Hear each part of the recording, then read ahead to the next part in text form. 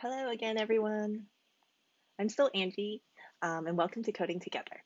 This is part two, and it's coming up on, look at my nice frame. You see all the fall leaves?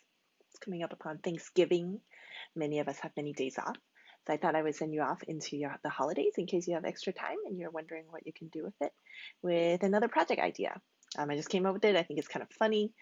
So hopefully you'll do some coding together with me. But first, I want to let you know that for those of you who are watching, I appreciate you watching. I hope you're also coding along with me. I've created an email address. It's codingtogetheryay@gmail.com because apparently codingtogether@gmail.com was already taken. Sad face. But we got codingtogetheryay@gmail.com. So remember, it's not coding together boo. It's not coding together It's coding together yay @gmail.com. So if you work on a project, like maybe you tried your hand at coding charades from the last video, I would love to see it. Send it to me. Send me the link at codingtogetheryay@gmail.com. Or maybe you tried the project from last video, the coding charades, and you're like, it was really fun until I got really stuck. And now the computer's yelling at me and I don't know what to do and I need some help. Also send me that. Generally, if you send me send me an email and say I need some help, please include the link to your P5 project because then I can take a look and give you some suggestions, or I can just film a video, a coding together video, and kind of we can debug it over video, and then more people can learn from what you're working on. Because a big part of learning how to code is to kind of see what other people are doing and learn from it. I know I myself learned a lot from reading other people's code and sometimes even watching other people debug their own code. So I hope you'll join me. I hope you'll send me messages. I would love to hear from you. Um, so I haven't gotten many messages yet, so I thought I would just come up with another project idea. So this one, you may find it really funny what the inspiration for this one is. I'm gonna make my window bigger like last time. I'm gonna make me a little smaller. I'll keep my fall leaves because it's quite festive. I can't promise a frame every time. The software I'm using just got an update. It's pretty great. So this project that we're going to talk about in this video came from the idea of finger painting. So I'm sure you've all done finger painting, I hope. Get really messy, right? I know I have a kid.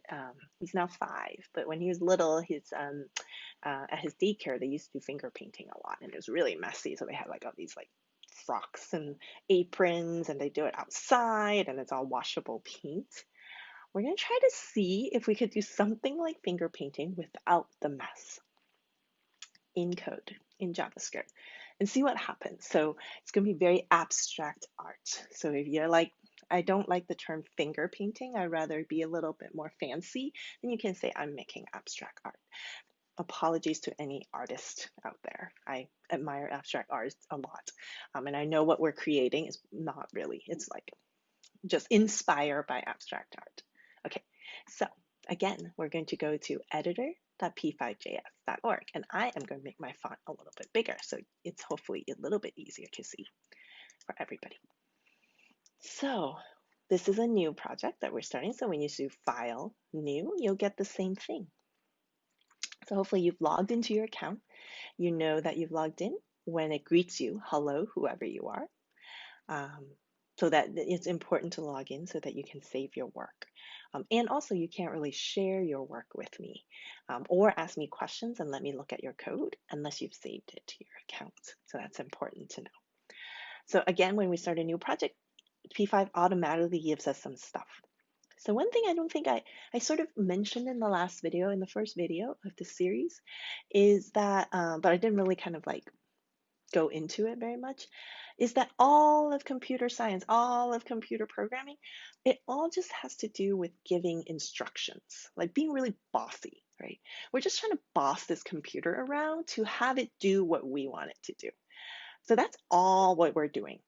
Every other concept we're going to talk about more kind of complicated one. All of it just comes back to we're essentially trying to give instructions to the computer to do what we want it to do. Even when you hear about things like for loops or like objects and classes, and if you haven't heard any of those terms, that's okay. But all of those are just like fancier and fancy way to give instructions.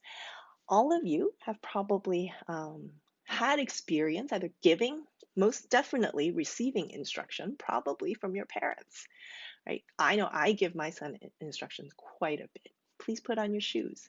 And now please brush your teeth. And now please put on your jacket. And now please go out the door. Get in the car, seat, etc., etc., right? So all of these are just instructions. And so all of that, computer science boils down to that. When we write instructions, in this case in JavaScript, eventually all of it gets filtered down, like translated into ones and zeros, which is what the computer understands. So how funny, right? Basically an entire discipline that people study all has to do with just telling something what to do, right? Like giving instructions. So in this case, we are giving two types of instructions. There's the instructions that's in this function called setup, and the instructions that are in the function draw. Like we talked about last time, setup is run once when you hit the play button. So the instruction is please create a canvas for me to draw on. That's 400 by 400. And then then it goes and looks into function draw, and it says do the instructions in there. And the instruction there is background 220, which means clear the background and set it to a gray color 220, which is sort of like on the closer to white than it is to black. White is 255, black is 0. Though functions we'll probably get into a little bit deeper into in future videos, but right now you can think of it as ways to organize instructions together. Sometimes I refer to it sort of like a chapter in a story, so that you don't just have this like kind of jumbled piles of words on top of each other. You can even sometimes think of it as a paragraph, right? Like, so it's a way to organize your instructions so that it's like this. There's this section called setup. There's this section called draw. And the way we organize is through these little curly brackets, at least in JavaScript it is. So when you say, hey, this is my section, my function draw. So all the instructions in function draw needs to be between the start and the ending curly brace. So let's get back to this project we're doing, fingerprinting. What are we going to do with fingerprinting? So first of all, it's good to start with a blank slate, with a blank surface. So we're going to make our paper white. So last time we had talked about that you can give any color functions that set colors, 3 numbers, red, green, blue. So in this case, if I want white, I could do 255, 255, 255. Right, this instruction called background takes 3 numbers in between the parentheses. You end every kind of instruction in JavaScript with a semicolon. It's kind of like a period in English. But P5 is really nice. It won't dock you for run-on sentences. So even if you forget the semicolon, it'll work. But it's actually much nicer to put a semicolon. It's because, it's good form. It's like good grammar. So you could do this, or P5 also gives you a shortcut. If you know what you want is some level of gray, that means the red, green, and blue values are always going to be the same, no matter what it is. You can just type one number and you get it. That's why 220 gives you a shade of gray. So in this case, if I want a white paper, I could just type 255. Right? Now I'm going to introduce you to 2 functions that actually are kind of confusing and really hard to understand. I don't even necessarily say I understand all the math behind it. There is a lot of intricate math behind it.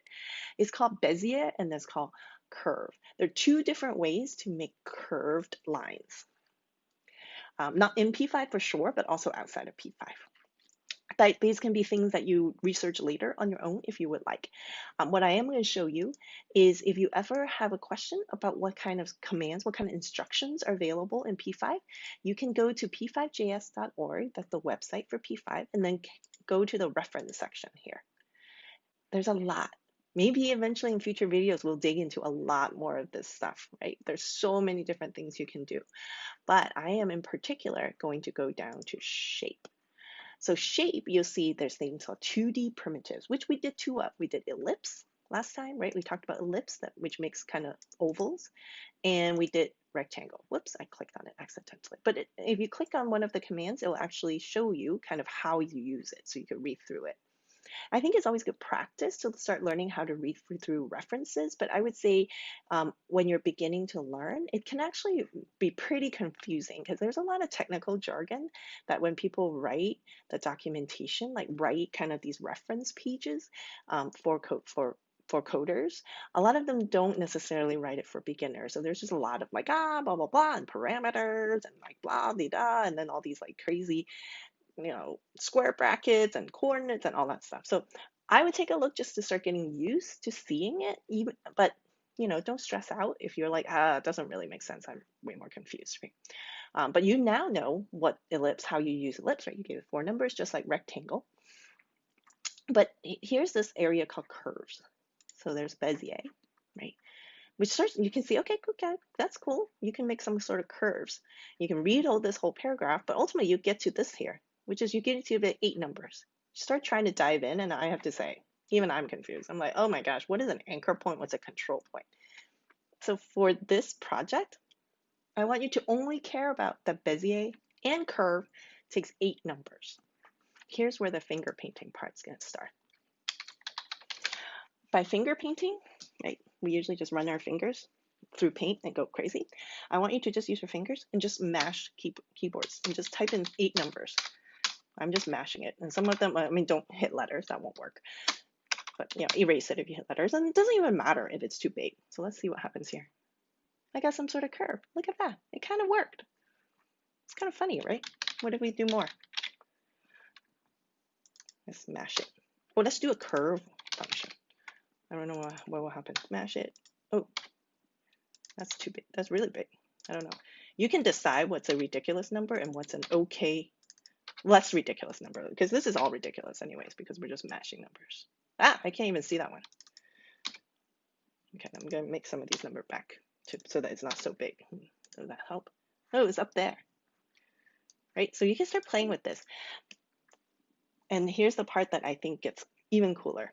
Let me actually try to get a thing here. So the whole idea here is like, programmers don't really kind of mash until they do, right? Sometimes programming is all about tinkering and just kind of trying and seeing what works. And what I want you to get into a practice with this is to not be afraid to do that, right? Because sometimes in my students, at least, I see a lot of like being really like worried that you're going to type in the wrong thing. Oh, look, that's better. Like it's actually on. But here, I'm actually just telling you to mash the keyboard, right? And you can do it as many times as you want. But the thing I want to show you is it looks cooler if you start setting the stroke to be really thick, right? So remember last time we used stroke weight. Let's say 50. I don't know how big that will be. Well, that's really big. That's cool. So now it's starting looking like ink drawing. So you could decide how thick you want it. I also think it's cool, even also really cool, if we use something called a transparency. So I kind of didn't tell you everything about color commands. So in addition to red, green, blue, you can give it a 4th number, which is called alpha. Fancy term for transparency, right? Oops, let's just do this. Alpha or transparency. So in stroke, what if I make it kind of like, dark, but like kind of transparent too? So I'm going to give it a transparency of like 150. Interesting. So now let's try something else. Maybe you can make it to be less transparent, right? Or more transparent, sorry. So the lower the number, the more transparent it is. So it starts becoming more grayish. But when you start overlapping, let's see if I can actually mash numbers enough so that we can actually get things to overlap. You can kind of see it overlapping, right? You start building up layers, and I think that's pretty cool, right? So this is the whole project, is finger painting. So I call it finger painting because you're mashing keys with your fingers. I just want you to play. You don't have to use gray. You can use some other colors. Just like in finger painting, you can mix different sorts of color if you want. Play around with transparencies. Have colors mix on top of each other. Mash those keyboards. Use curves, use beziers if you want to go back and use some circles and rectangles. That's cool too. And then when you get to a design that you're like, actually, I kind of like it, right? How do kids know when to stop finger painting? Maybe they don't care. Maybe they just keep going until they run out of paint. So maybe you keep going until you run out of steam. Like you're like, I'm done. I'm like my fingers hurt and I kind of need a snack. Maybe you're done. Or maybe there's some artistic vision. Maybe the little kid is like finger painting and be like, this is it. This is the what was in my head. I am now done. So maybe you stop there and you stop. Hit save, file save. You can call this project finger painting if you want. And again, share it with me. Coding together, yay. We'd love to feature a bunch of your finger painting drawings. Okay, so again, share your projects with me because I love coding together with you. Um, Ask me questions, send me an email. Tell me what doesn't work, tell me what doesn't make sense, tell me what you're wondering about so that I can film future videos. And I hope you have a wonderful Thanksgiving, no matter how you're spending it. I hope it's safely, whether you're eating a lot of food, medium sized amount of food, or small amount of food, whether you're seeing family in person because you've quarantined or you are doing it over Zoom. I hope you have a wonderful rest of this week and it's filled with delicious things. Until next time, bye bye.